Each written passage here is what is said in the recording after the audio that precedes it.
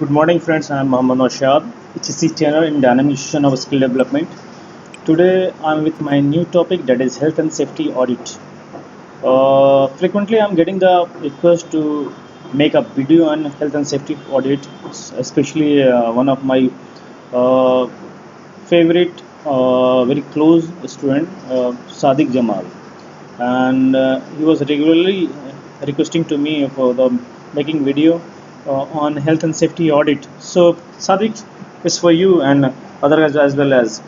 So health and safety audit are key of hazard identification technique. So what is health and safety audit and how to conduct? What are the necessary steps and how many types of safety audits? Who are going to conduct? What kind of quality required for the an auditor? So these questions will get the answer after just completing this training. And one more things, we will make a video in a two volume. One, health and safety audit. What is health and safety audits? Necessary steps.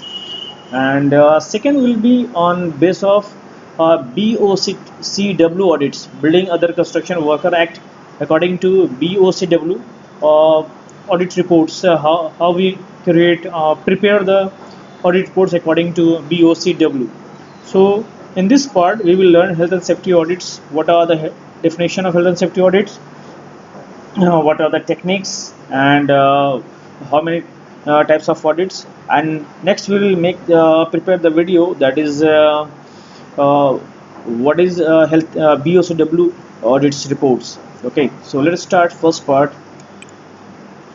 Health and safety audit. Health and safety audits are systematic and critical examination or independent review of an organization's safety management system and procedures to verify conformance with the established guidelines or standard. So health and safety audit एक systematic and critical examination है किसी भी organisation की company का health and safety management का close review किया जाता है. ऑडिटर अपने रिव्यू देते हैं. ये एक सिस्टमेटिक एंड क्रिटिकल एग्जामिनेशन है. स्टेप बाय स्टेप इसे किया जाता है ताकि कंफर्म किया जा सके, वेरीफाई किया जा सके जो ऑर्गेनाइजेशन है उसके अंदर जो हेल्थ एंड सेफ्टी का एक जो सिस्टम है क्या वो उसी तरह से स्टैब्लिश है जैसा कि गाइडलाइन दिया गया है. मैंने इसे इनिशियली बात की थी BOCW की. इसके अलावा ओशा ने अपना गाइडलाइन दे रखा है. लेबर लॉ का इंडिया में अलग है. फैक्ट्री एक्ट ने अलग गाइडलाइन दे रखा है. तो क्या जब हम किसी ऑर्गेनाइजेशन को स्टैब्लिश करते हैं तो एक जो सेफ्टी कमेटी या फिर जो ऑर्गेनाइजेशन होता है HSC का, क्या वो वैसे ही काम कर रहा है जैसे गाइडलाइन है? ये ऑडिट के थ्रू हम एग्जामिन करते हैं अपने ऑर्गेनाइजेशन को. An audit is normally a lengthy process carried out by the trained auditor, often someone from the outside the organization. It is a structured way of assessing the health and safety performance of any organization by supplying answer with the series of preset questions, and often involves a scoring system such that improvements can be measured. So जो audit होता है एक lengthy process है और हम लोगों ने भी अपने साइट पर ऑडिट देखा है और किया भी है, internal audit but external audit भी देखा है और काफ़ी गवर्नमेंट ऑफिशियल्स को फेस किया है. एक लेंदी प्रोसेस है, थर्ड पार्टी ऑडिट करने आती है. सो एक ट्रेंड ऑडिटर जो होते हैं, ट्रेंड होते हैं, सर्टिफाइड होते हैं, हम कह सकते हैं उसको ट्रेंड और सर्टिफाइड, वही ऑडिट कर सकते हैं.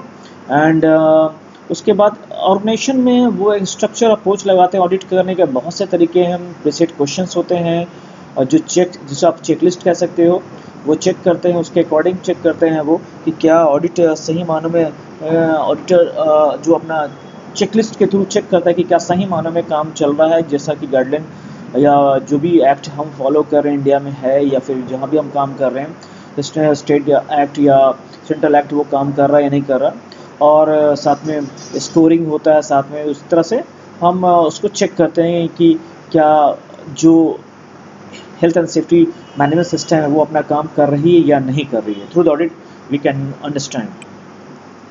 Audit involves a survey to identify what regulation apply to comply or facility. So audits identify करता है regulations कि वो regulation कौन सा रेगुलेशन है जो उस फैसिलिटी उस कंपनी उस ऑर्गेनाइजेशन पर अप्लाई है, क्या वो इम्प्लीमेंट हो रहा है या नहीं हो रहा है. Determine whether environmental and the workplace safety requirements and the corporate policies and the procedures regarding compliance are being followed। तो जो HSC पॉलिसी है, प्लान है, क्या वो फॉलो हो रहा है, क्या वो बना है, क्या अकॉर्डिंग टू लॉ फॉलो हो रहा है। एंड सिर्फ हम HSC की HS की बात ना करें, हेल्थ सेफ्टी बात ना करें, बल्कि हम HSC की बात करें, हेल्थ सेफ्टी एंड एनवायरनमेंट, तीनों की तरफ ऑडिटर फोकस करते हैं। Assess management system currently in place to ensure compliance, and audit may also look at and evaluate the methods used to achieve compliance. So audit is not kind like a blaming culture create करना, पता करना किसकी गलती है, कहाँ गलती है। Audit actually help करता है मैनेजमेंट के, ताकि समय रहते हुए पता चल सके कि कहाँ पर प्रॉब्लम है, कहाँ पर नॉन कंप्लायंस हो रहा है, ताकि उसे कंप्लायंस करके हम किसी भी गवर्नमेंट ऑब्लिगेशन से बचें। एंड साथ में ये भी ध्यान रखा जाता है इसमें कि ऑडिट करते समय जो कुछ पॉइंट्स होते हैं समय रहते उसको रेक्टिफाई करने से एक एक्सीडेंट होने से भी बचाव होता है, इसलिए भी ऑडिट करना ज़रूरी होता है।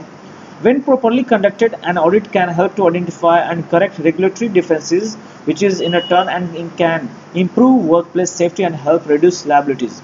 So of course जब ऑडिट किया था, अगर वो प्रॉपरली ऑडिट हो तो जो भी डिफिशेंसीज है गवर्नमेंट के लॉज में, गाइडलाइन में, स्टैंडर्ड्स में और कंपनी के द्वारा फॉलो किए जा रहे हो उस एक्टिविटी में, तो जो डिफेंसेस से पता करके उसको रेक्टिफाई किया था समय रहते हुए, और जो जिनकी रिस्पॉन्सिबिलिटी है, लायबिलिटीज़ है, उनको क्वेश्चंस किए जाते हैं, उनको गाइडलाइन दिया जाता है, ताकि वो सजेशन दिया जाता है ताकि वो समय रहते हुए पूरा कर सकें।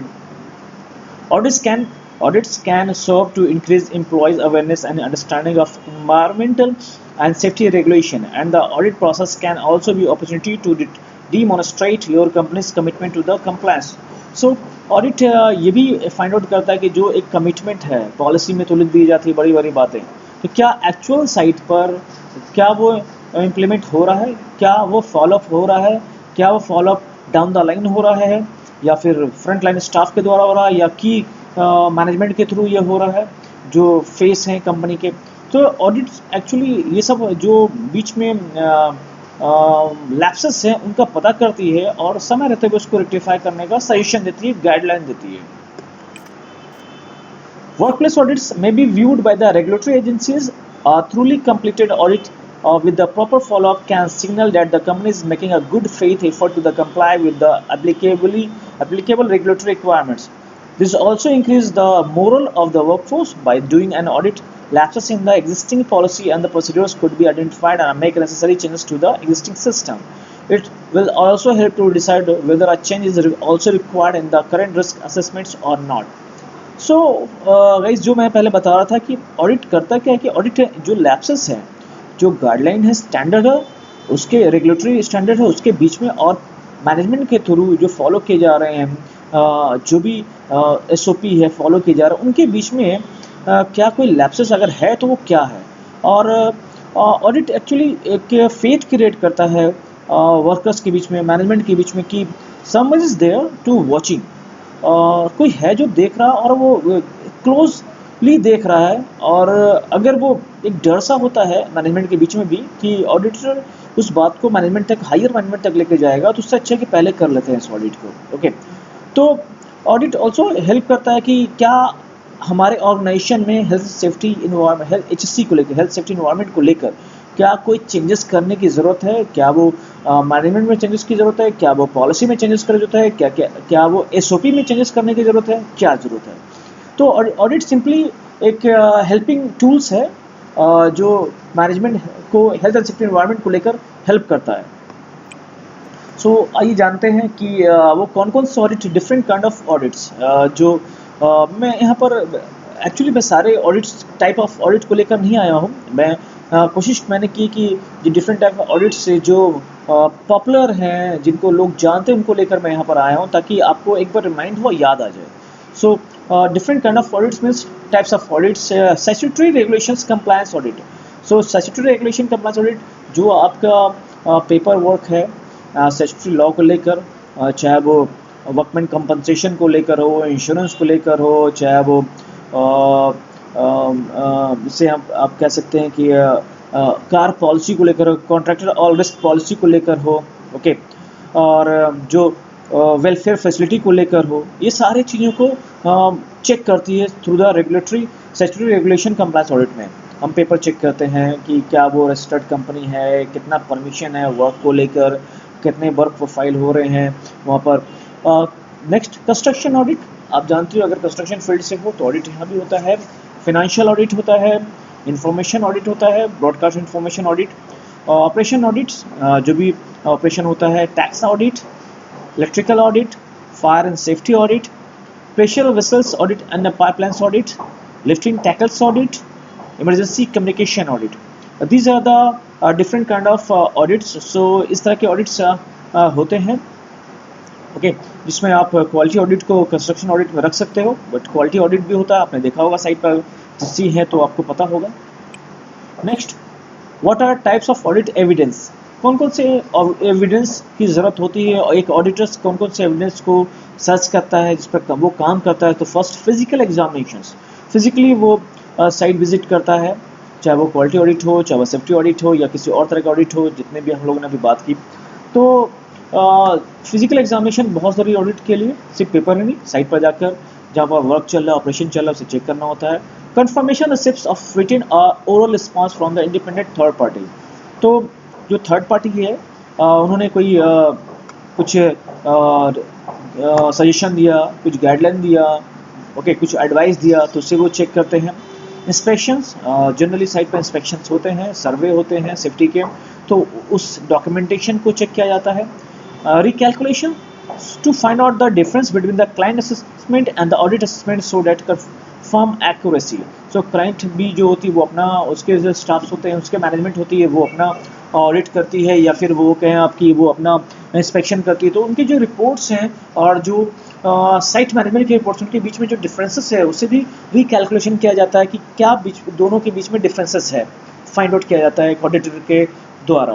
क्लाइंट इंक्वायरीज, क्लाइंट ने कौन कौन से सोर्स ऑफ एविडेंस दिए हैं, क्लाइंट्स के कौन कौन से इंक्वायरीज हुए हैं मैनेजमेंट के लिए, अगर वो कॉन्ट्रैक्टर के लिए काम कर रहा है, क्लाइंट और कॉन्ट्रैक्टर काम कर रहा है उसके लिए, अगर क्लाइंट के बाद एक थर्ड पार्टी एजेंसी काम कर रही है, ओके, उसके बाद कॉन्ट्रैक्टर काम कर रहा है, दोनों के लिए क्लाइंट ने क्या इंक्वायरीज, क्या है, क्या सोर्स ऑफ एविडेंस क्लाइंट के थ्रू द इंक्वायरीज हमें मिलता है, वो एक ऑडिटर फाइंड आउट करता है। Performance, auditors independent execution procedures, so auditor का independently, I mean without bias वो अपना एग्जीक्यूशन करता है, प्रोसीड्यूर फॉलो करता है, ये एक ऑडिट एविडेंस है। अदरवाइज बाइज होने के बाद वो चेंज हो सकता है। Analytical procedures, types of evidence क्या क्या हो सकता है। एनालिटिकल प्रोसीड्यूर्स में टाइप्स ऑफ एविडेंस में साइट विजिट हो सकता है, डॉक्यूमेंटेशन हो सकता है, इंटरव्यूज हो सकता है, लोगों से बातचीत हो सकता है, एंड ऑब्जर्वेशंस। सो गाइज, हमने यहाँ बात किया टाइप्स ऑफ ऑडिट एविडेंस, तो कौन कौन से एविडेंस को लेकर एक ऑडिटर काम कर सकता है। एक मैंने ट्राई की कोशिश करूँ कि आपको बताऊँ कि इस तरह से एक हेल्प होगा ऑडिटर के लिए भी कि कौन कौन सी चीज़ों को वो फॉलो करते हैं। And next, what are steps of audit, audit के स्टेप्स क्या है। So there are 5 phase of auditing process, 5 phase हैं ऑडिटिंग प्रोसेस के। पहला सिलेक्शन फेज, जिसमें subsequent audit dates as per result, तो इसमें हम डेट डिसाइड करते हैं कि फ्रीक्वेंसी क्या होगा ऑडिट का, क्या वो ईयरली होगा, क्या वो हाफ ईयरली होगा, क्या वो क्वार्टरली होगा, क्या वो मंथली होगा, ये डिपेंड करता है कि ऑडिट की रिपोर्ट्स पर। सो सिलेक्शन फेज में हम बातें करते हैं। एंड देन प्लानिंग फेज, तो प्लानिंग फेज क्या है, ओके, सो प्लानिंग फेज मतलब how to conduct the audit, okay, which one should look first, it can be a site visit first, physical जिससे हम कहते हैं एग्जामिनेशन, या फिर ऑब्जर्वेशन, या फिर documentation need to check first, या फिर इंटरव्यू। सो गाइस, मैं तो ये ज़रूर कहूँगा कि फर्स्ट ज़रूर आप पहले डॉक्यूमेंटेशन चेक करें, क्योंकि अकॉर्डिंग टू डॉक्यूमेंटेशन तब जाकर साइट विजिट करने में मज़ा आता है। हम लोग भी अपनी कंपनी का इंटरनल ऑडिट करते थे, तो पहले डॉक्यूमेंटेशन जरूर चेक करें और तब जाकर अकॉर्डिंग टू डॉक्यूमेंट्स आप साइट विजिट करें। अदरवाइज आप क्या होगा कि अगर डायरेक्ट साइट पर जाएंगे तो साइट पर होगा क्या, विदाउट डॉक्यूमेंटेशन चेक तो आपको पता नहीं चलेगा कि लेबर की क्वांटिटी कितनी है, वर्क प्रोफाइल क्या है, ठीक है, अब जो मटेरियल्स है उसकी क्वांटिटी कितनी होनी चाहिए। उसके अलावा अगर मैं बात करूँ पीपीएस की, पर्सनल प्रोटेक्टिव इक्विपमेंट की, कितनी यहाँ पर स्टॉक है और कितना उसमें उन्होंने इसको एग्जामिन करके इसको कितना डिस्कार्ड किया है, ये सारी चीज़ें पहले पेपर चेक करने से पता चल जाएगा। तो प्लानिंग के बाद execution phase, so execution phase में एक्चुअली परफॉर्मेंस, परफॉर्मेंस यानी साइट पर जाकर एग्जीक्यूट करते हैं हम, ऑब्जर्वेशन करते हैं। उसके बाद रिपोर्टिंग फेज, रिपोर्ट प्रिपेयर करना। उसके बाद फॉलोअप, रिपोर्टिंग करने के बाद फॉलोअप भी ज़रूरी है, यानी जो हम लोगों ने ऑब्जर्वेशन दिया क्या उसका कंप्लायंस यानी नॉन कंप्लायंस का कंप्लायंस हुआ या नहीं हुआ, इसके बारे में चेकिंग करना जाता है। तो there are 5 steps to perform an audits. So पहला सिलेक्शन फेज, जिसमें हम डेट अकॉर्डिंग टू रिपोर्ट हम करते हैं, प्रिपेयर करते हैं। प्लानिंग फेज, इसमें हम प्लान करते हैं कि पहले किन चीज़ों को हमें ऑडिट करनी है। Execution phase, actual observation start होता है, फिजिकल एग्जामिनेशन या वट एवर डॉक्यूमेंटेशन वो सारे होंगे। रिपोर्टिंग फेज, रिपोर्ट प्रिपेयर किया जाता है। देन फॉलोअप, एक ऑडिटर के लिए बहुत ज़रूरी कि वो फॉलोअप करे। जनरली मैंने देखा, चेक किया है, कई बार हम लोग भी ऑडिट के फेज से गुजरे हैं, काम जब किया है, तो ऑडिटर अपने रिपोर्ट बनाकर चल जाते थे और जब नेक्स्ट ऑडिट पर वो आते थे फिर बोलते थे कि रिपोर्ट कहाँ है पुराना। बट एक्चुअली ये नहीं होना चाहिए। जो ऑडिटर ने अकॉर्डिंग टू सिबिलिटी जो रिपोर्ट तैयार किया है और जो एक टैग दिया है, turn around time, close time जो दिया है, उसके अकॉर्डिंग जो डेट मिला, क्या ऑडिटर को फॉलो वो किया जा रहा है ऑडिटर के थ्रू या नहीं, ये एक ऑडिटर के लिए बहुत ज़रूरी है। नेक्स्ट हम बात करते हैं ऑडिटिंग मेथड्स। कौन कौन से ऑडिटिंग मेथड्स हैं? So guys basically there are 2 types of HSC audits methods. ये मशहूर है, ज़्यादातर 2 तरह के ऑडिट्स साइट पर देखने को मिले हैं। पहला इंटरनल ऑडिट एंड सेकंड है external audit. So what is internal audit and what is external audit, इसके बारे में हम जानेंगे। Internal audits carried out by the competent internal management. तो इंटरनल जो ऑडिट होता है, एक जो कॉम्पिटेंट मैनेजमेंट होता है साइट पर, जिस भी विभाग का, चाहे वो क्वालिटी का हो तो क्वालिटी टीम हैंडल करती है, अगर वो सेफ्टी है तो सेफ्टी टीम करती है। तो जो भी कॉम्पिटेंट है उस फील्ड का, उसको इंटरनल ऑडिट में भेजा जाता है। तो हम लोग भी इंटरनली ऑडिट हम लोगों ने किया है, कंपनी ने करने को कहा तो हम लोगों ने किया, अपने साइट्स पर, अपने दूसरे साइट्स पर किया। तो इंटरनल मैनेजमेंट करती है, इसके अपने एडवांटेज भी है, डिसएडवांटेज भी इंटरनल ऑडिट के, जो मैं आगे बात करूँगा। External audit, external audit third party करती है, गवर्नमेंट ऑफिशियल्स करते हैं, बहुत सारी प्रोफेशनल बॉडी है, सर्टिफाइड बॉडी है, जो इनका काम ही थर्ड ऑडिट करना, जहाँ से ऑर्गेनाइजेशन उनके जो काम को वो उनके ऑडिटर्स को हायर करती है। हायर इन द सेंस आप ये नहीं कह सकते परमानेंट हायर कर सकती है, बट उन्हें ऑफर करती है कि आप अपने साइट पर, हमारे साइट पर आएँ, ऑडिट करें, और जो भी उनका फीस है वो पे करते हैं। तो done by external certified body और द गवर्नमेंट डिपार्टमेंट।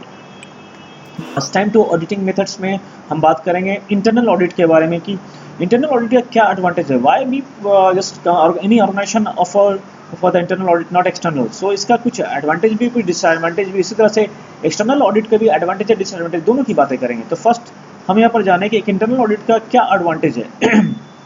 तो इस एडवांटेज में लेस एक्सपेंसिव, एक इंटरनल ऑडिट क्या होता है, एक्सपेंसिव, लेस एक्सपेंसिव होता है, क्योंकि इंटरनल मैनेजमेंट ही इस पर काम करती है, ऑडिट करती है। तो जो आज सैलरी ऑलरेडी उस किसको आप ऑफर करोगे इंटरनल ऑडिट में, जो आपका सेफ्टी मैनेजर होगा या फिर सेफ्टी हेड होगा या रीजनल हेड होगा, वो आएंगे आपके साइट पर, एक साइट से दूसरे साइट पर जाएंगे, या फिर चेंजेस होते हैं तो एक मैनेजर दूसरे साइट पर जाकर ऑडिट करता है इंटरनल, और दूसरा मैनेजमेंट स्वाइप में ऑडिट कहते हैं जिसे हम, तो वो करते हैं। तो जो मैनेजमेंट है वो ऑलरेडी वो पे ले रहा है, आपने सैलरी वो ले रहा है, तो ऑडिट करने के लिए उसको एक्स्ट्रा पे किया नहीं जाता है। हाँ, ये हो सकता है कि उसका लॉजिंग, उसको फूडिंग, अकोमोडेशन का प्रिपरेशन किया जाता है, बट ये एक्सपेंसिव नहीं है, लेस एक्सपेंसिव है according to external audits.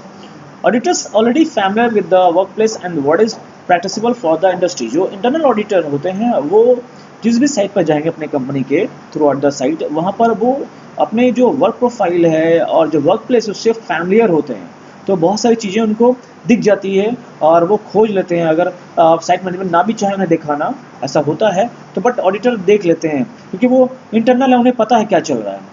Can see changes since last audit. Internal audit जो लास्ट ऑडिट हुआ है, स्पेशली हम लोग के साइट पर मंथली ऑडिट होता था, तो जो ऑडिटर्स है वो देख लेते थे कि लास्ट मंथ में क्या हुआ और अभी क्या चेंजेस मिला, क्या कुछ सुधार हुआ है।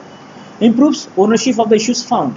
और ये भी जरूरी है कि इंटरनल जो ऑडिटर हैं, जो मैनेजमेंट को जानते हैं, तो वो एक ओनरशिप जो इम्प्रूव करने में हेल्प करते हैं। जो डिफरेंट काइंड ऑफ मैनेजमेंट है, उनको वो बात करते हैं कि भाई एक जो सेफ्टी डिपार्टमेंट है वो सिर्फ सेफ्टी डिपार्टमेंट ही काम नहीं करेगा, बल्कि जो साइट मैनेजमेंट टीम उनको भी ऑडिट को लेकर या फिर ऑडिट के बाद को काम को लेकर उसको आगे आना चाहिए। ओनरशिप डिसाइड करते हैं वो, और उनसे बात करते हैं कि आप क्यों नहीं ये काम कर रहे हो। एक्सटर्नल ऑडिट में होता क्या है कि जो एक्सटर्नल ऑडिटर आते हैं वो एक्चुअली मैंने फील किया एक्सटर्नल ऑडिटर को लेकर कि जो डॉक्यूमेंटेड है, जो लिखा हुआ है गाइडलाइन है, लेट्स सपोज बीएसडब्ल्यू की बात करूँ तो बीएसडब्ल्यू में जो गाइडलाइन दिया गया है अकॉर्डिंग टू बीएसडब्ल्यू बस वही करेंगे। आप उनको कोई भी मतलब एक्सेप्शनल केस हो या कुछ वो कंसिडर करने की कोशिश नहीं करते हैं। वो डायरेक्टली एचएससी डिपार्टमेंट को बुलाते हैं, बेचारा सेफ्टी ऑफिसर आता है थका हारा और उसको बस वो दाना पानी दे के चढ़ जाते हैं कि भाई तो ये सब कुछ है। बट इंटरनल ऑडिटर ये समझता है कि नहीं, सुनता है सेफ्टी डिपार्टमेंट को कि नहीं ये सर मैं अकेला क्या करूँगा। जो साइट मैनेजमेंट टीम है अल्टीमेटली रिस्पॉन्सिबल अकाउंटेबल दोनों वही होते हैं। तो एक बेनिफिट है जरूर इंटरनल ऑडिट में, वो समझते हैं टीम को, और क्योंकि वो दोनों एक ही प्रोफेशन के हैं। जो ऑडिट कर रहा है, जो ऑडिटर और जो ऑडिटर ऑडिट कर रहा है और जो ऑडिट करवा रहा है, यानी कि एचएससी टीम, दोनों एक ही टीम के, तो दोनों एक दूसरे का दुख समझ सकते हैं। बिल्ड्स कॉम्पिटेंट इंटरनली, सो ये भी एक अच्छी चीज़ होती है कि वो कॉम्पिटेंसी इंटरनली वो ट्रेनिंग थ्रू द ट्रेनिंग जो भी उनको मिला। क्योंकि एक्सटर्नल ऑडिट में होता क्या है कि जो भी फाइंड आउट हुआ, जो फाइंडिंग हुई, बस उसका रिपोर्ट बनाना है, मैनेजमेंट को रिपोर्ट बताना है, मीटिंग करनी है ऑडिट के बाद, रिपोर्ट बनाकर और भेज देना कि भैया इसको कर लो। लेकिन इंटरनल ऑडिट में एक फ़ायदा होता है कि जब ऑडिट करने के बाद जो भी लैप्सेस हैं या लूप पॉइंट है वहाँ पर जो ऑडिटर होते हैं वो जिस टीम का ऑडिट कर रहे हैं, चाहे वो क्वालिटी का हो चाहे वो हेल्थ एंड सेफ्टी का हो, उनसे बातें करते हैं, उनको बताते हैं, सजेशन देते हैं कि हाउ टू इम्प्रूव। तो ये अच्छा तरीका है, इंटरनल ऑडिट्स का एक बेनिफिट एडवांटेज है। Familiarity with the work place and the individual, so familiarity भी है, तो इंटरनल ऑडिट को एक बेनिफिट भी मिलता है ऑडिटर्स को। इंटरनल जब ऑडिट होता है कि जो लोग हैं मैनेजमेंट की टीम, साइट मैनेजमेंट टीम, वो उन्हें जानती है और हेल्प करती है थ्रू द ऑडिट्स। जबकि एक्सटर्नल ऑडिट में होता है क्या कि जो मैनेजमेंट है वो, जो ऑडिटर्स है वही कुछ करेगा, मैनेजमेंट से जो भी क्वेश्चंस होगा वो जवाब देना है। तो फैमिलिटी होती है, एक बेनिफिट है, एडवांटेज है। और एक बेनिफिट ये भी है, मैं बेनिफिट नहीं कहूँगा, बट ऐसा होता है कि इंटरनल ऑडिटर जब ऑडिट करते हैं और कुछ मेजर फंडिंग होता है तो site management through the site management वो उसको दबा देती है और मेजर पॉइंट्स को कहती है यहीं रेक्टिफाई कर लेंगे सर, इसको आप बाहर रिपोर्ट तक ना लेकर आओ। तो ये एक बेनिफिट भी है और डिसएडवांटेज भी है, एडवांटेज भी डिसएडवांटेज। क्योंकि डिसएडवांटेज इसलिए है कि अगर मेजर पॉइंट्स को आज हम दबा लें तो कल जाकर ये पॉइंट एक्सीडेंट में कन्वर्ट हो जाएगा। एडवांटेज उस समय मैनेजमेंट के लिए हो जाता है वो। इंटरनल ऑडिट के लिए डिसएडवांटेज की बात करें, ऑडिटर्स में नॉट नोटिस सर्टेन इश्यूज, क्योंकि फ्रेश आइज नहीं होता है इंटरनल ऑडिटर का, वो हर महीने आ रहे या क्वार्टरली आ रहे तो, और फैमिलियर हैं चीज़ों के लिए, इसलिए वो कुछ सर्टेन चीज़ें वो नोटिस नहीं कर पाते हैं वो। लेकिन जब एक्सटर्नल ऑडिटर की बात करें तो उनके लिए नया होता है। जैसे होता है ना, आप देखते हो कि आप कितनी आप घर से दूर हो और आप जॉब में हो, काम कर रहे हो या पढ़ाई कर रहे हो, आप कितनी अच्छी अपनी आपकी सेहत हो जाए, लेकिन जब आप घर जाते हो तो मम्मी क्या कहती है कि बेटा दुबला गए हो। तो एक फ्रेश आइज हुआ। लेकिन हालांकि जो भी हो, इस तरह से एक ऑडिटर जो एक्सटर्नल होता है वो फ्रेश आइज लेके आता है। तो यहाँ पर एक डिसएडवांटेज है इंटरनल ऑडिट का कि वो सर्टेन इश्यूज को वो पहचान नहीं पाते हैं। ऑडिटर्स में not have good knowledge of industry और लीगल स्टैंडर्ड्स। यस, ये बहुत बड़ा एक पॉइंट है। कई बार मैंने देखा है कि इंटरनल ऑडिट में होता क्या कि जो मैनेजमेंट होती है, मैनेजर्स हैं, असिस्टेंट मैनेजर हैं, जो हेड है, एक्चुअली वो उस प्रोफेशन के तो हैं, ये मैं मानता हूँ, बट वो सर्टिफाइड नहीं होते हैं वो, है ना। तो सर्टिफाइड ना होने के बाद भी मैनेजमेंट क्या करती है कि उनको कहती है भाई आप ऑडिट करो। तो इसके वजह से क्या होता है कि एक जो कंप्लीट नॉलेज होता है, फ्रेमवर्क होता है जो उनके माइंड में होना चाहिए, वो नहीं होता है। वो जो उन्होंने अपने काम के दौरान सीखा वही जाकर वो साइट पर ऑडिट के थ्रू वो अपना अप्लाई करते हैं, एक्सपीरियंस अप्लाई करते हैं। ठीक है, ये बढ़िया अच्छा है क्योंकि उनको वही सब रास्तों से वो गुजरे हैं और वो चेक करते हैं। बट इसका एक नुकसान भी है, ओके, क्योंकि वो सर्टिफाइड नहीं है, उनको नॉलेज नहीं है। ऑडिटर्स में नॉट प्रोसेस ऑडिटिंग स्किल्स, सो में नीड ट्रेनिंग। सो ऑडिटर्स जो ऑडिटिंग स्किल्स है वो परफॉर्म नहीं कर पाते क्योंकि वो सर्टिफाइड नहीं है, इसलिए उनको ट्रेनिंग की भी जरूरत होती है। Auditors are not independent, so may be subject to the internal influence. ये बहुत बड़ा पॉइंट है। ऑडिटर्स जो इंटरनल होते हैं वो इंडिपेंडेंटली नहीं कर सकते हैं क्योंकि फाइनली उनको साइट मैनेजमेंट को रिपोर्ट करना होता है। तो फिर क्योंकि अल्टीमेटली वो तो सेफ्टी हेड है या मैनेजर है, लेकिन जो साइट पे बैठा प्रोजेक्ट हेड है या रीजनल हेड है उसके अंदर ही आएंगे वो। इंडिपेंडेंटली वो अपना काम कर सकते हैं बट वो ज़्यादा दिन तक नहीं रह पाएंगे कंपनी में, इसलिए उनको मैनेजमेंट से मिलकर ही रहना पड़ता है। तो फिर जो एक बिग पॉइंट है या फिर मेजर पॉइंट्स है अब वो फिर क्या होता है कि उसको वो कम कर लेते हैं, मिनिमाइज़ कर लेते हैं या फिर दबा देते हैं। तो एक क्या होता है कि वो इन्फ्लुएंस होता है इंटरनल ऑडिट में, कहीं न कहीं दिखता है वो। सो गाइज़ मैंने बात किया यहाँ पर इंटरनल ऑडिट का एडवांटेज एंड डिसएडवांटेज। अब आगे बात करेंगे एक्सटर्नल ऑडिट्स का।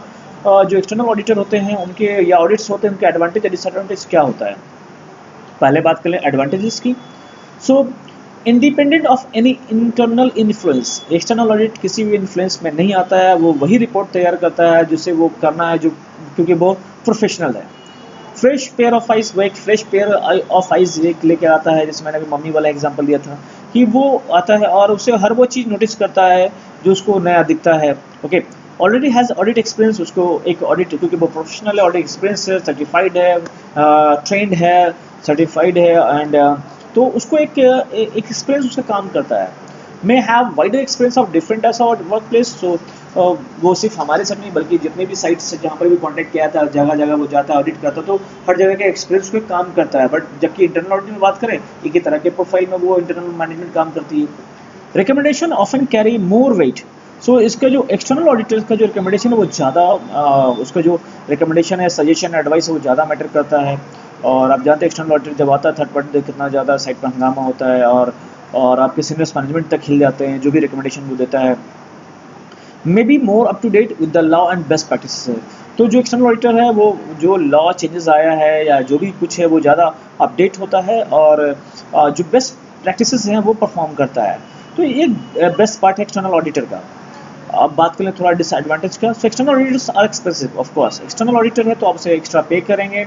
आई मीन आप सैलरी पर से तो नहीं रखा आपने, तो उसको जो भी फ़ी बनता है उसे आप पे करेंगे। जबकि इंटरनल ऑडिटर में सिर्फ सैलरी से काम चलता था। उसके बाद जो भी अकोमोडेशन उसका प्रिपरेशन देंगे, उसको तैयारी करेंगे, उसको जो भी मतलब अरेंजमेंट करेंगे आप कह सकते हैं इसे। और टाइम कंज्यूमिंग, तो एक्सटर्नल ऑडिट टाइम कंज्यूमिंग है। ऑडिट होता है, एक्सटर्नल ऑडिट जब होता है तो टाइम कंज्यूमिंग 3 दिन तक 4 दिन तक हमारे साइड पर होता था वो।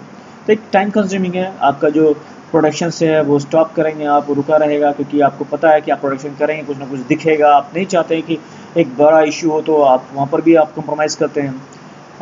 May not understand the business so make impractical suggestions. So yes, जिसकी मैं बात कर रहा था, कई बार एक्सटर्नल ऑडिटर से मेरी लड़ाई भी हुई है साइट पर। इनिशियली नहीं होता था, लेकिन जब देखता था कि नहीं एक्सटर्नल ऑडिटर वही बातें कर रहा है जो एक बुक्स में लिखा है, मतलब वो प्रैक्टिकल बातें नहीं कर रहा है। तो इन प्रैक्टिकल सजेशन देने की वजह से काफ़ी ज़्यादा मतलब होता था लड़ाई का, मतलब कि डिबेट होता था। मैं intermediate workers to get incomplete evidence. So मैं intermediate workers to get incomplete evidence का मतलब ये हुआ कि वर्कर्स से वो बातें कर कर और जो भी उसे फाइंड आउट करना है वो लेता था। बट जो एविडेंस है, जो एक मैं बात करूँ इंटरनल ऑडिटर की, जो उससे मिलता था, क्योंकि उसे सब लोग जानते हैं। तो जो भी टीम है, सुपरवाइज़र है या फिर इंजीनियर्स है, मैनेजर है, जो उनको सपोर्ट करते थे। बट एक्सटर्नल ऑडिट को वो सपोर्ट नहीं मिलता, ये एक डिसएडवांटेज है साइट पर। सो गाइज मैंने यहाँ बात किया एक्सटर्नल ऑडिट के एडवांटेज की एंड डिसएडवांटेज की। आगे बात करते हैं areas and records to be examine during the audits. वो कौन कौन से एरियाज हैं, वो कौन कौन से रिकॉर्ड हैं जो एक ऑडिटर एक्सटर्नल हो या इंटरनल ऑडिटर को चेक करने चाहिए। मैं ये नहीं कहूँगा करते हैं, बहुत सारी चीज़ करते हैं। मैंने कोशिश की यहाँ पर उन सारे रिपोर्ट्स को, उन सारे एरियाज़ को यहाँ पर लेकर आने के लिए जहाँ पर एक ऑडिटर को चेक करने चाहिए। हो सकता है कुछ चीज़ें छूट गई हों, तो आप ज़रूर मुझे सजेस्ट करें एक ऑडिटर के रूप में, बट मैंने कोशिश की है। और अगर आपको इन सब चीज़ों से हेल्प मिलता है तो ज़रूर इसे एक बार देखिए। First, occupational health and safety policy को वो ज़रूर चेक करें, HSC पॉलिसी को, कि गवर्नमेंट ने HSC पॉलिसी है क्या, एक कमिटमेंट है, एक स्टेटमेंट है ऑर्गेनाइजेशन के द्वारा for the betterment of the for the betterment in the sense of safety for the employees, organisations employees, all employees. तो एक कमिटमेंट है कि वो सेफ्टी को लेकर वो क्या कर रहे हैं, क्या सोचते हैं, तो वो पॉलिसी में वो लेकर आते हैं। और इसे इंडिया में BOSW के थ्रू इसे आप जरूर अप्रूव करवाना चाहिए। वो सर्टिफाइड करते हैं, इसे आपके पॉलिसी को देखकर स्टैंपिंग करते हैं। एक लॉ है और एक BOSW जब भी ऑडिट होगा, लेबर डिपार्टमेंट आएगी आपके पास या फैक्ट्री एक्ट वाला आएंगे तो जरूर चेक करेंगे वो कि आपकी जो HSC पॉलिसी क्या वो स्टैम्प्ड और सील है through the department internal department, external department की बात कर रहा हूँ मैं। ओके, तो स्टेटमेंट और जो आपका सोच है सेफ्टी को लेकर कि सेफ्टी किन किन के लिए है, क्या रंग भेद को देखकर है, क्या फिर सबकी रिस्पॉन्सिबिलिटी है या सिर्फ सेफ्टी डिपार्टमेंट को लेकर, इन सारी बातों को लेकर इसमें बताया जाता है। इसका एक अलग से मैं वीडियो बना दूंगा, what is health and safety policy. अब आगे बात करते हैं सेफ्टी ऑर्गेनाइजेशन चार्ट। सो एक डिपार्टमेंट को जब भी चाहे इंटरनल हो एक्सटर्नल हो, उसे ऑर्गेनाइजेशन चार्ट जरूर चेक करना चाहिए कि इस साइट पर कितने सेफ्टी ऑडिट्स और कितने सेफ्टी डिपार्टमेंट के लोग हैं, रिप्रेजेंटेटिव हैं, एक ऑडिटर को जो चेक करना चाहिए, ताकि पता चल सके अकॉर्डिंग टू वर्कर्स क्या हमारे पास इनफ है सेफ्टी प्रोफेशनल्स और not. Training records on safety, fire and first aid. तो ट्रेनिंग रिकॉर्ड जरूर चेक करते हैं, जिसमें फर्स्ट एड का होगा, एक्सीडेंट रिपोर्ट्स होगा, फर्स्ट एड रिपोर्ट्स होगा, ऑब्जर्वेशन, डेली ऑब्जर्वेशन रिपोर्ट्स होगा, unsafe action of condition reports होगा, okay, different kind of checklist होगा, फायर ऑडिट्स होंगे, रिपोर्ट्स होंगे, ये सारे डिफरेंट काइंड ऑफ डॉक्यूमेंटेशन जो वो चेक करते हैं। Employees participation in occupational safety and health meeting, जो भी मीटिंग होती है, सेफ्टी मीटिंग होती है, वो एसएच मीटिंग होती है, एचएससी मीटिंग होती है, एचसी मीटिंग होती है, उनमें कितने एम्प्लॉयज पार्टिसिपेट कर रहे हैं, क्या वो पार्टिसिपेट कर रहे हैं भी या नहीं कर रहे हैं। ओके, सो वर्कर के तरफ से या फिर मैनेजमेंट की तरफ से या सुपरवाइजर की तरफ से क्या लोग पार्टिसिपेट कर रहे हैं नहीं कर रहे हैं, उनका एक नंबर मिलता है। एक्सीडेंट इंसिडेंट इन्वेस्टिगेशन रिपोर्ट, सो रिपोर्ट्स ही नहीं बल्कि इन्वेस्टिगेशन रिपोर्ट भी इसमें वो चेक करने चाहिए एक ऑडिटर को, एक्सीडेंट इंसिडेंट दोनों रिपोर्ट्स या dangerous occurrence reports. Accidents and dangerous occurrence statics analysis, so जो भी एक्सीडेंट्स और डेंजरस ऑकरेंस का जो एक एनालिटिकल स्टैटिक्स रिपोर्ट वो प्रिपेयर करते तैयार करते हैं कि क्या उसका एक वे क्या है, क्या किस डिपार्टमेंट को साथ ज़्यादा एक्सीडेंट्स हो रहे हैं वो पता चलता है स्टैटिक्स से, कौन से समय में होता है एक्सीडेंट या फिर किस दिन होता है, किस सब कॉन्ट्रैक्टर के साथ हो रहा है ज़्यादा, किस प्रोफेशनल बॉडी के साथ ऐसा हो रहा है, तो एक एनालिटिकल स्टैटिक्स को चेक किया जाता है, तो उसे चेक करें। Records of test and examination of equipment and structures, तो जो जितने भी साइट पर जो इक्विपमेंट्स हैं, मशीनरी है, टूल्स है, उनका थर्ड पार्टी इंस्पेक्शन हुआ है या नहीं हुआ है, ओके, उससे चेक किया जाता है, उसके रिपोर्ट्स साइट पर हैं, वैलिड है, एक्सपायर तो नहीं है, चाहे वो एसडीएस हो, सेफ्टी डेटा शीट हो, या फिर जिसे आप एमएसडीएस कहते हैं, या फिर चाहे वो थर्ड पार्टी इंस्पेक्शन रिपोर्ट्स हो, या फिर चाहे वो वेस्ट डिस्पोजल रिपोर्ट्स हो, चाहे वो एम्बिएंट एयर रिपोर्ट्स हो, चाहे नॉइस रिपोर्ट्स हो, ये सारे रिपोर्ट्स वो चेक किए जाते हैं। Safe operating procedures for various operations, SOP, क्या जो प्रोफेशनल बॉडी काम करे क्या उसका एसओपी तैयार है, ओके, क्या सेफ ऑपरेशन प्रोसीड्यूर तैयार है या नहीं उस काम के लिए, क्या सारे लोग से अवेयर हैं या नहीं, ये सब चेक करते हैं। रिकॉर्ड्स ऑफ वर्क परमिट्स का रिकॉर्ड चेक करते हैं, उसकी फ्रीक्वेंसी चेक करते हैं, उसकी नंबरिंग चेक करते हैं, उसके लिखे हुए कमेंट्स को चेक करते हैं, फिर जाकर साइट पर विजिट करते हैं। इसलिए मैंने स्टार्टिंग में कहा था कि पहले डॉक्यूमेंट चेक करें फिर साइट विजिट करें। Records of monitoring of flammable and explosive metal, site पर स्टोरेज में कितने फ्लेमेबल एंड एक्सप्लोजिव या कम्बस्टेबल मेटल हैं, उसके रिकॉर्ड्स कितने बताए जाते हैं, कितना होना चाहिए, above the ground कितने परमिशबल है according to whatever law you are following in the during the audits, so वो चेक किए जाते हैं। ध्यान रखना ऑडिट जब भी करना वो जनरल मत करना, हमेशा ध्यान रखना किसी न किसी लॉ को फॉलो करते हुए ऑडिट्स करना, उसके गाइडलाइन के अकॉर्डिंग करना, चाहे BOCW हो या किसी और एक्ट के थ्रू, चाहे वो OSHA हो, okay. Records of influent discharge to the environment, so क्या एनवायरमेंटली कोई नुकसान तो नहीं हो रहा है, क्या डिस्चार्ज होने के बाद चाहे वो लिक्विड के रूप में हो, चाहे वो एयर के रूप में हो, चाहे वो सॉलिड के रूप में हो, क्या वो ऐसा तो नहीं कि एनवायरनमेंट को नुकसान उसका हो रहा है, ये चेक करते हैं। Minutes of safety committee meeting, तो MM जिसको आप कहते हैं मिनट्स ऑफ मीटिंग, जब मीटिंग होने के बाद MM क्या कहता है, मीटिंग में क्या डिसाइड हुआ, क्या डेट मिला, क्या फॉलो अप डेट था, इससे पहले क्या हो रहा है, सारी चीज़ चेक किए जाते हैं, करना चाहिए। Approvals of layout and the other approvals from the statutory authorities, तो जो अप्रूवल मिला चाहे वर्क करने का, वर्क प्रोफाइल का, लेबर अकाउंट का, ओके, चाहे वो टाइमिंग का, क्या वो स्टैट्यूटरी अथॉरिटी है, क्या वो पॉलिसी, चाहे वो मैं पॉलिसी की बात कर लूँ या इमरजेंसी एक्शन प्लान की बात कर लूँ, सब पर स्टैट्यूटरी अथॉरिटी का सील एंड साइन अप होना चाहिए थ्रू द डिपार्टमेंट। तो मैं जैसे BOCW की बात कर रहा हूँ इंडिया में, तो क्या या फैक्ट्री एक्ट क्या लेबर लॉ उनका साइन है या नहीं।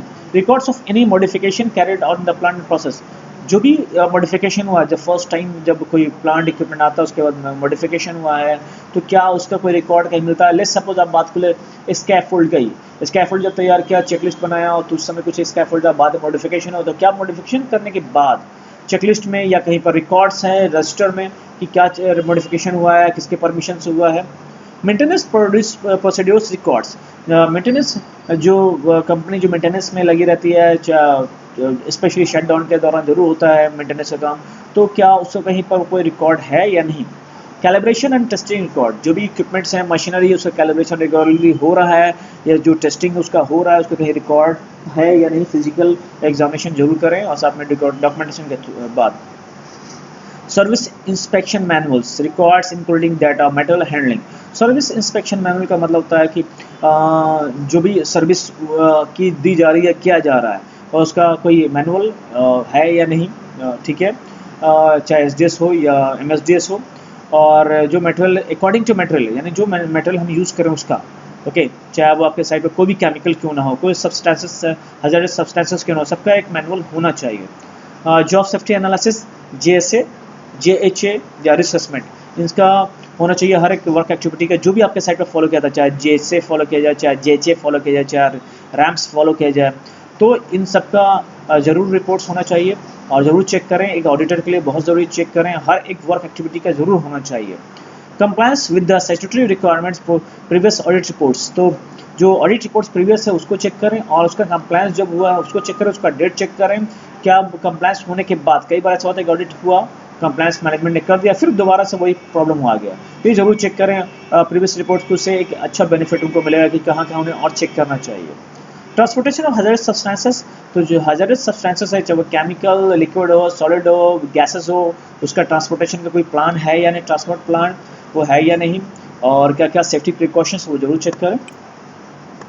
नेक्स्ट बात कर ले, सो एक्सपेंशन मॉडिफिकेशन ऑथराइजेशन प्रोसीड्यूर, जो भी एक्सपेंशन हुआ, मॉडिफिकेशन हुआ है, उसका ऑथराइजेशन लेटर किसने साइन किया, कब हुआ है, किस डेट को हुआ है, क्या वो वैसे ही अभी चल रहा है मेंटेनेंस का काम या सर्विस का काम जैसे कि मॉडिफिकेशन में लिखा हुआ है, वो चेक करें। पर्सनल प्रोटेक्टिव इक्विपमेंट, सो PPEs का स्टॉक कितने डिस्कार्ड किए गए हैं इंस्पेक्शन के बाद, कि ये सारे चेक जरूर चेक करें। और क्या हम बात करें, statistical information on losses injuries, so जो statistical information on losses injuries का मतलब होता है कि जो इंजरी हुई, फर्स्ट एड हुआ, उसके बाद कितना उसका डेटा है, क्या कितना फ्रीक्वेंसी है, वीकली, मंथली, सेमी मंथली, वो जरूर चेक करें, पता चल रहा है किस डिपार्टमेंट के साथ होता है ऐसा, वो पता चल गया। Motivational and promotional measures for the occupational safety and health, so क्या साइट पर मोटिवेशन को लेकर, प्रमोशन, सेफ्टी प्रमोशन को लेकर क्या कोई एक्टिविटी चलती है, चल रही है, क्या चल रहा है, ये जरूर चेक करें। उसकी एक्टिविटी कितने लोग पार्टिसिपेट कर रहे हैं, प्रमोशन के लिए हम क्या कर रहे हैं, क्या क्विज कंपटीशन कर रहे हैं, ड्रामा कंपटीशन कर रहे हैं, क्या फिर हम लोग जो बेस्ट परफॉर्मेंस उसको कोई एक्टिविटीज अवार्ड दे रहे हैं या नहीं दे रहे हैं, ये सारी चीज़ जरूर चेक करें। Safety manual and rules, safety manuals, yes, site पर सेफ्टी मैनुअल्स बनाना होता है, तो सेफ्टी मैनुअल्स, तो साइट सेफ्टी प्लान जिसे हम कहते हैं, एंड रूल्स जरूर चेक करें। Health and safety improvement plan and targets, तो health safety improvement plan targets का मतलब कि जब पेनल्टी लगता है तो उसके बाद प्लान, उसको इंप्रूवमेंट के लिए प्लानिंग दिया जाता है, तो क्या वो और टारगेट मीट करने के लिए, चाहे वो ऑडिट के थ्रू हुई क्यों ना हो या फिर ऑब्जर्वेशन के थ्रू क्यों ना हो, जिससे हम डेली ऑब्जर्वेशन कहते हैं, तो क्या वो रेगुलरली उसको रेक्टिफाई किया जा रहा है या नहीं किया जा रहा है, वो देखें। Machine and general area guarding, तो मशीन है या जनरल एरिया है, मशीन के आसपास या फिर हजारों सब्सटेंसेस हो या हाइट, वहाँ पर एरिया गार्डिंग है या नहीं, सेफ्टी पोस्टर अप्लाई हो रहा है या नहीं हो रहा, जरूर चेक करें। मेटेरियल हैंडलिंग इक्विपमेंट्स, तो मेटेरियल हैंडलिंग के लिए चाहे वो मैनुअल हो, चाहे वो थ्रू द क्रेन हो, मशीन हो, तो क्या उसका सेफ्टी प्रोसीड्यूर फॉलो हो रहा है या नहीं हो रहा, वो जरूर चेक करें। मशीनरी है तो मशीन का जो डॉक्यूमेंटेशन होगा, साथ में फिजिकल फिटनेस होगा, सब चेक करें। Housekeeping inspection records, housekeeping daily basis पर क्या क्या हो रहा है कि वो जरूर चेक करें।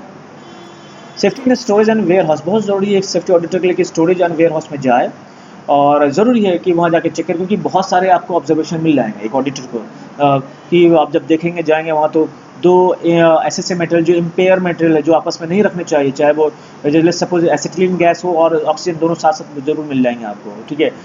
खासकर जब आप मैकेनिकल डिपार्टमेंट के स्टोरेज में जाएँ, वेयर हाउस में जाए, तो वहाँ देखेंगे आप बहुत सारा आपको मिल जाएगा, ग्रीस, ऑयल इधर उधर स्कैटर्ड मिलेगा, तो वो सब चीज़ें जरूर चेक करें जाकर स्टोरेज में। अब आज बातें कर लें ट्रेड्स ऑफ एन ऑडिटर। कुछ क्वालिटी कुछ ट्रेड्स एक ऑडिटर में होने चाहिए, तो वो क्या होने चाहिए एक ऑडिटर्स में? सबसे पहले बात करें dispel the myth that is policing and behalf of management. तो एक ज़रूरी है एक मिथ को एक ऑडिटर को जरूर वो डिस्पेल करे, ख़त्म करे। वो क्या है कि ऑडिटर पुलिसिंग का काम नहीं करता। पुलिसिंग यानी कि वो जाकर पुलिस की तरह सिर्फ इंस्ट्रक्शन नहीं करेगा, फाइंड आउट नहीं करेगा, बल्कि एक मैनेजमेंट की तरह काम करेगा, बिहाफ द मैनेजमेंट। ताकि एक ऑडिटर का मेन फंक्शन क्या है कि जो अभी ऑब्जर्वेशन दिख रहा है वो रेक्टिफाई हो। ज़रूरी है ये मैं मानता हूँ, लेकिन ये भी ज़रूरी है कि वो किसने किया क्यों किया, मान गया मैं, लेकिन क्या ये किसने किया क्यों किया खत्म हो जाएगा अगर मैं उस किसने और क्यों को जरूर बताऊं कि भैया आप जो कर रहे हो गलत कर रहे हो और कैसे सही करोगे। सिर्फ आप ये बता के चले गलत है और मैं आपको सूली पर चढ़ा दूंगा तो फिर वो दोबारा होगा, क्योंकि वो वर्कर्स हैं। अगर इतनी समझ होती तो मैनेजमेंट का पार्ट होते हैं वो, तो उनको जरूर ट्रेंड करें हम, तो हम फाइंड आउट करना चाहिए प्रॉब्लम कहाँ पर है। Discussion is more important facilitator rather than an inspector. So discussion बहुत ज़रूरी है। ऑडिट करें आप, पॉइंट्स करें। मैंने बहुत ऑडिटर को देखा है कि वो साइट पर जाते हैं, बस उनके हाथ में कैमरा है, क्लिक क्लिक क्लिक करते चले जाते हैं, बट वो ये नहीं बताते। वो जरूर बोलते हैं सेफ्टी ऑडिटर को, सेफ्टी ऑडिटर जरूर बोलते हैं सेफ्टी डिपार्टमेंट को, भैया ये क्या हो रहा है, लेकिन वो ये नहीं बोलते कि इसको करेक्ट कैसे करें। जब कोई सेफ्टी ऑफिसर उनसे पूछ लेता है पलट के सर आप बता दो कैसे करेक्ट करना, तो वो फिर बिफर जाते हैं कि अरे ये मेरा काम थोड़ी है। नहीं, एक ऑडिटर का पर्पस तभी ऑडिट का सॉल्व होगा जब एक ऑडिटर को ये समझ में आना चाहिए कि आपको वहाँ पर फैसिलिटेटर के जगह पर काम करें रेदर देन इंस्पेक्टर, तो उनको हेल्प करें मैनेजमेंट को। Business knowledge of auditing organizations. So जो भी ऑडिटर होता है उसको जिस भी प्रोफेशन का वो ऑडिटिंग करने जा रहा है उसका, स्पेशली मैं बात कर रहा हूँ सिर्फ डिपार्टमेंट की बात नहीं कर रहा हूँ कि आप जा रहे क्वालिटी का, आप जा रहे सेफ्टी का, आप जा रहे एनवायरमेंट का, नहीं मैं उसकी बात नहीं कर रहा। मैं कह रहा हूँ जिस भी ऑर्गेनाइजेशन में जा रहे हैं पहले उसके प्रोफाइल को जरूर खंगाल लें, जरूर चेक कर लें कि उनका बिजनेस प्रोफाइल है क्या, वो क्या करते हैं, उनका क्या वो सर्विस में है, क्या वो मेंटेनेंस में है, क्या वो प्रोडक्शंस में है, किस चीज़ में है। तब जाकर वो एक आप प्रिपेयर करें अपने चेकलिस्ट को उसके अकॉर्डिंग।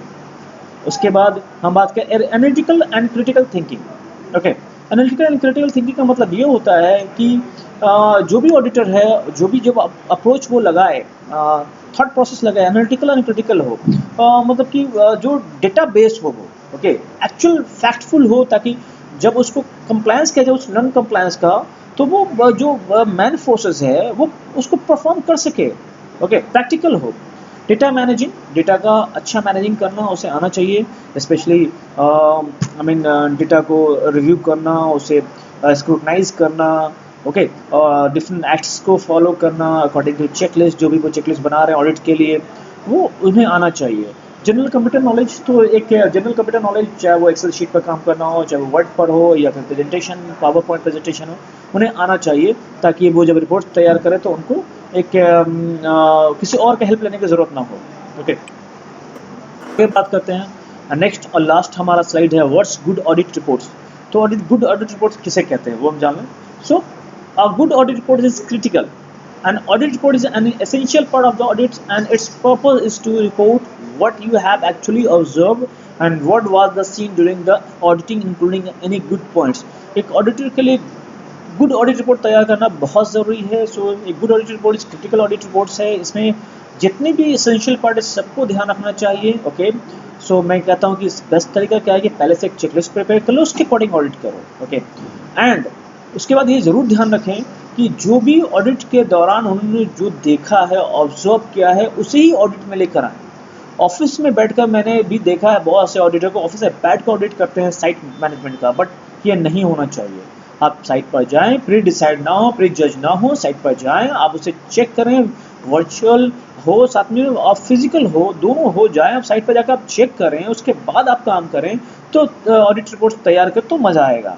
सो और प्रीवियस ऑडिट रिपोर्ट को जरूर देखें, चेंजेस आ रहा तो जरूर। वन थिंग मोर, जब भी ऑडिट रिपोर्ट आप तैयार करें एक और आप ऑडिट रिपोर्ट में ध्यान जरूर रखेंगे। मैं उन सारे ऑडिटर्स को रिक्वेस्ट करना चाहता हूँ कि जब आप ऑडिट रिपोर्ट बनाएं तो जो लैप्सेस है, जो पॉइंट्स है, जो आपको कमी दिख रही है वो तो जरूर उठाएं।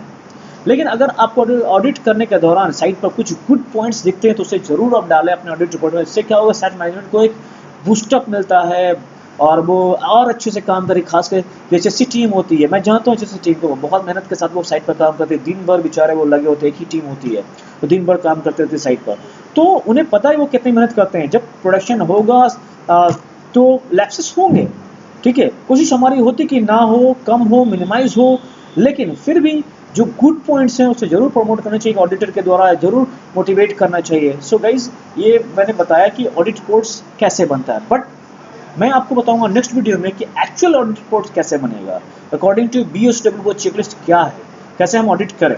और कोशिश करूंगा कि इसमें BOSW हो, उसके बाद लेबर लॉ या फैक्ट्री एक्ट ने अलग अलग अपने बता रखे गाइडलाइन, उनके अकॉर्डिंग मैं कोशिश करूंगा। फिलहाल मेरा नेक्स्ट टारगेट होगा कि अकॉर्डिंग टू BOSW आप अपने साइट पर कैसे ऑडिट परफॉर्म करें। ओके, तो गाइज आई होप आपको ये समझ में आया होगा इस वीडियो को, एंड इसे लाइक करें और शेयर करें ऑडिटर्स को स्पेशली। एंड अगर वीडियो आपको और अच्छी वीडियोस देखने हैं, पसंद आ रहा है, तो चैनल को जरूर सब्सक्राइब करें, बेल आइकन को जरूर उसको प्रेस करें, ताकि आप जो भी मैं वीडियो बनाऊँ आपको सबसे पहले मिले। So guys, thank you for watching my video, and again stay safe until my next video.